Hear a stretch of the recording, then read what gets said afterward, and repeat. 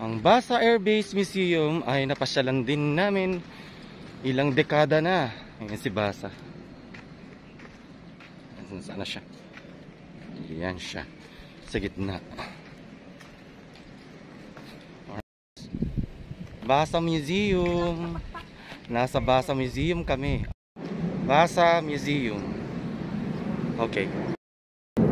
Basa Museum, bye-bye. This is Obrero. 5th Fighter Wing Headquarters.